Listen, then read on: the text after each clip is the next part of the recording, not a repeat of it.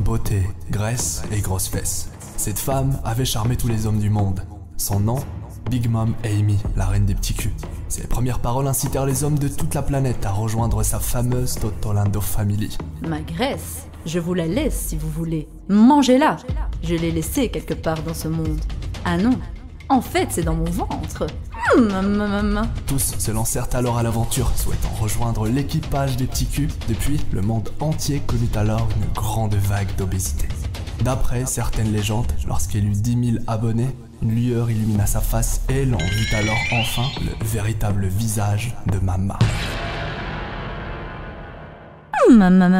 Salut les enfants! Aujourd'hui on se retrouve pour parler du chapitre 971. Et quel chapitre! Il m'aura fait lâcher des grosses larmes de Mama fragile. Je vous préviens, Oden est un vrai mâle alpha et ceux qui oseront l'insulter auront affaire à la grosse Mama. Avant de commencer la vidéo, je vous conseille, mais que dis-je? Je vous oblige de venir me rejoindre sur Twitter et Instagram. On est en famille là-bas et on s'amuse. Si la vidéo vous a plu, likez-la bien évidemment avec votre acquis du likement. Montrez-moi la puissance de votre acquis, mes amours. Allez, commençons par la review et après on passera donc aux théories ou aux éléments qu'on aura pu relever dans ce chapitre. Le chapitre débute sur le château de Kuri où on retrouve Toki et ses enfants Momonosuke et Hiyori. Momonosuke étant menacé, il a un goûteur personnel afin de lui éviter la mort par empoisonnement. Momonosuke demande alors si on veut le tuer et Toki répond en souriant « car ton père est illustre et un jour tu seras en charge du pays ». Son sourire n'a rien d'anormal. Toki est venu du passé pour une certaine raison, il est sans conteste qu'elle savait qu'Oden devait mourir. Je vous détaille d'ailleurs tout ça dans ma vidéo sur Joy Boy, mais selon moi, le but premier de sa venue et sa rencontre avec Oden était de donner naissance à Momonosuke, qui est un élément primordial dans les aventures de Luffy.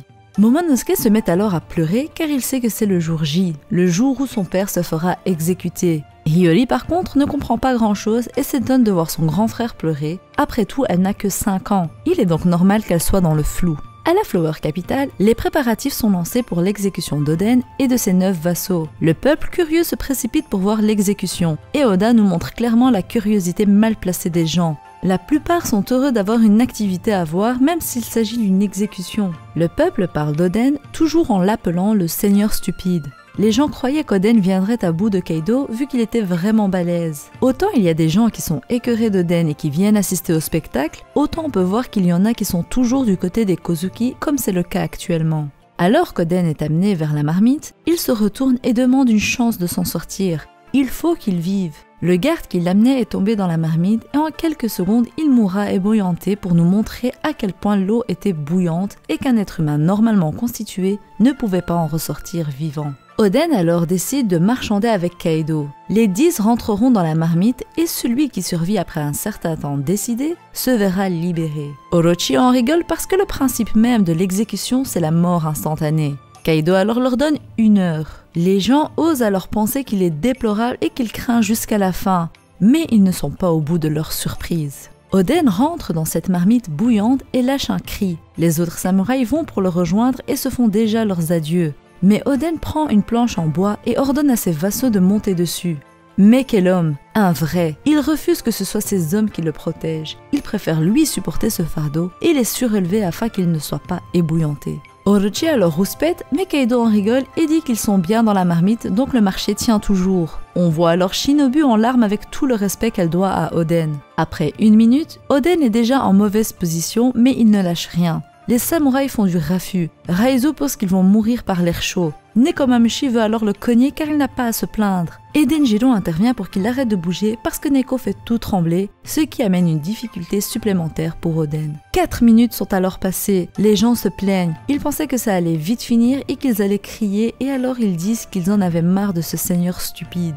Shinobu n'en peut plus. Elle attaque alors l'homme qui a osé dire du mal d'Oden et alors dit que ce sont les gens du peuple qui sont stupides. Kinemon se demande pourquoi elle agit comme ça et Shinobu alors se décide de tout avouer de ce qu'elle a entendu lors de ce jour fatidique il y a 5 ans. Oden protégeait le peuple et instaurait la paix. Après sa mort, ils le regretteront tous. On a donc droit à un mini flashback où Orochi explique alors ses ambitions. Orochi veut détruire le pays et se venger car les habitants ont persécuté le clan Kurozumi année après année même si le seul fautif était le grand-père d'Orochi. Les parents d'Orochi ont été tués à cause de ça, à cause des gens qui se proclamaient justiciers et qui traquaient les Kurozumi. Orochi veut infliger un châtiment aux habitants de Wa. Orochi alors a montré à Oden des habitants, des femmes, des hommes et des enfants qui sont des offrandes à Kaido, qui étaient pour s'amuser, pour vendre ou pour juste les tuer. Oden s'est alors mis en colère et a croisé le fer avec Kaido. C'est alors qu'Orochi est intervenu pour passer un marché. Si Oden dansait nu chaque semaine, il sauvait la vie de 100 personnes à chacune de ses danses. Le marché était aussi que Kaido et Orochi quittent le pays 5 ans après avoir construit des navires. Chaque semaine,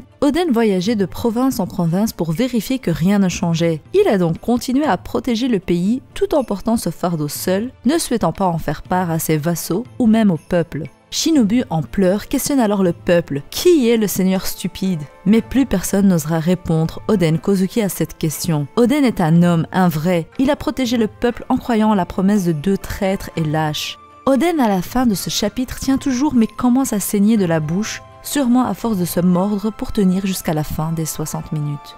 C'est la fin du chapitre et franchement ce chapitre était incroyable. J'ai versé des larmes en même temps que Shinobu et sa colère est la nôtre également. Donc pour ceux qui pensaient encore que Shinobu est la traître, si vous le pensez encore, c'est que vous avez un problème. Selon moi, il n'y a pas de traître, je le dis et je le redis, mais aucun des 9 vassaux ne pourra la mettre à l'envers à Oden. Et même Kanjuro qui est le plus suspect de tous. Je le répète, il ne connaissait pas l'emplacement de Hiyori. Emplacement qui a été communiqué à Orochi. Donc ce n'est pas possible que ce soit lui, surtout qu'il est l'un des vassaux à avoir été envoyé dans le futur et que Orochi doute toujours par rapport à ce voyage temporel. Si c'était vraiment Kanjuro le traître, Orochi ne douterait plus par rapport au saut temporel.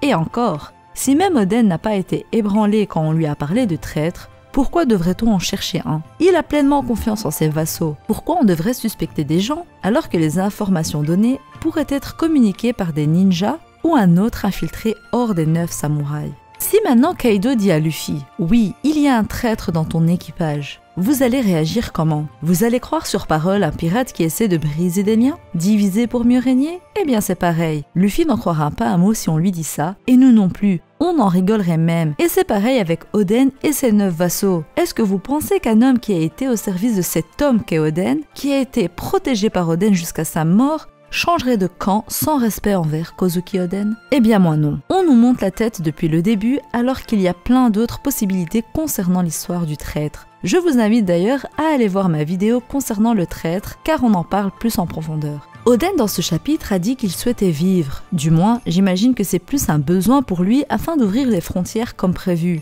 Beaucoup alors se questionnent sur sa mort. Est-elle vérifiée? Est-il réellement mort? Où est-il l'homme qui a rencontré Crocus? Eh bien, j'ai beau avoir envie de croire au fait qu'il soit toujours vivant, ça ne va pas avec le reste de l'arc. Sa mort est la principale raison de l'alliance formée avec les Mugiwara. Surtout que les samouraïs ont vu Oden mourir sous leurs yeux. Est-ce là encore un mensonge de leur part? Alors que Kinemon, juste avant de raconter l'histoire d'Oden aux Mugiwara, dit que c'est bien la dernière chose qu'il leur a cachée. Même si j'aime Oden, et que c'est devenu l'un de mes GOATs dans l'univers de One Piece, et que j'adorerais le revoir, je pense que sa mort est inévitable et surtout indispensable pour l'arc de Wano Kuni.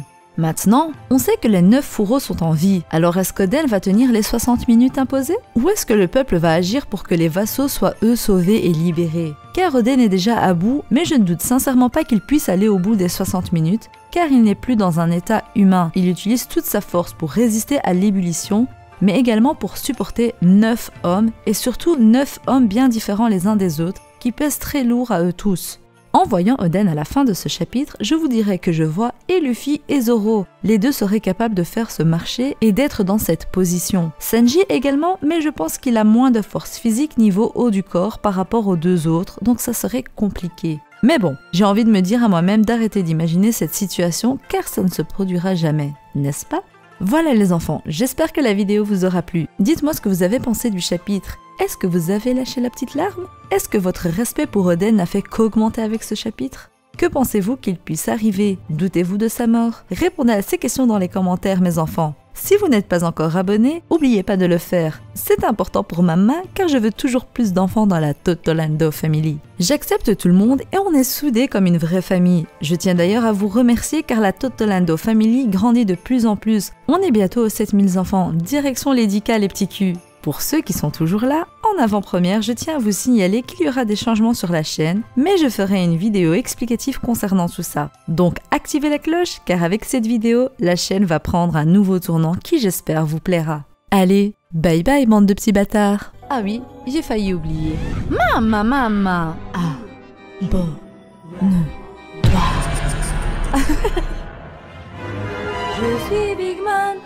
Je suis Big Mom, je te bouffe ta race, même si tu t'abonnes, tu veux que je prenne du poids, abonne-toi, et le pouce bleu, pour mettre le feu.